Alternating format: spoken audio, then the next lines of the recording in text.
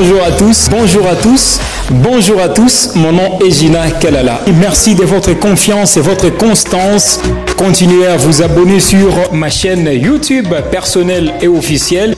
Gina Kalala. Alors, pour la question d'actualité, des faits des sociétés, économie, culture, sport et aussi musique, c'est à découvrir sur ma chaîne YouTube officielle.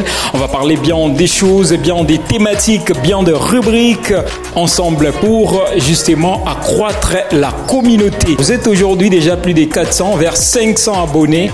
Continuez à vous abonner justement pour ne rien rater de l'actualité du Olomami. Aujourd'hui, une façon pour moi exceptionnelle et spéciale. J'aimerais qu'on puisse aborder quelques petits sujets. On va commencer par la musique. Rien n'envier des Lubumbashi ou des Kolwezi ou encore Kalemi, les grands Katanga démembrés. À Kamina, les talents, il y en a. On a forcément des artistes comme Relax, Mouskaté, Fankouzi, J-Cam, bien d'autres noms.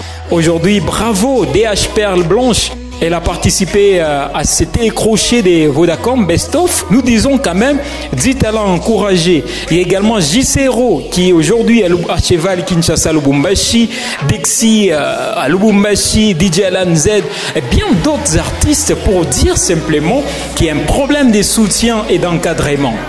Ces artistes trouvent et pensent qu'elle est le Dorado. Et au sud, les sud, c'est entre autres Kolwezi et Lubumbashi qui ont donné quand même forme à l'entrepreneuriat, à la musique. C'est Léo Katanga par exemple. Pourquoi pas à Kamina, chef-lieu du Olomami? Les artistes ont besoin de cet encadrement. C'est très important, c'est nécessaire. J'aimerais ensemble qu'on puisse un tout petit peu décortiquer cette question de la musique de chez nous. Pourquoi les artistes ne sont pas encadrés?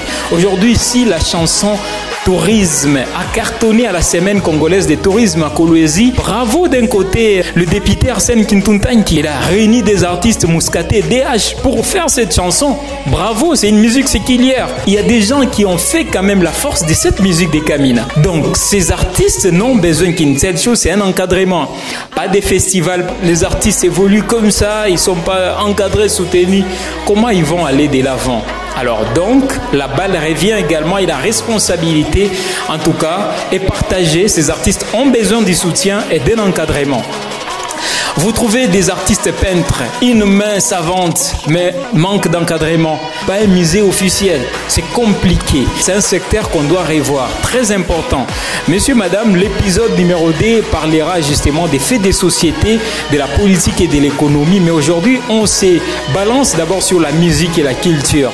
Très important et à rappeler, à souligner, monsieur, madame, chers internautes.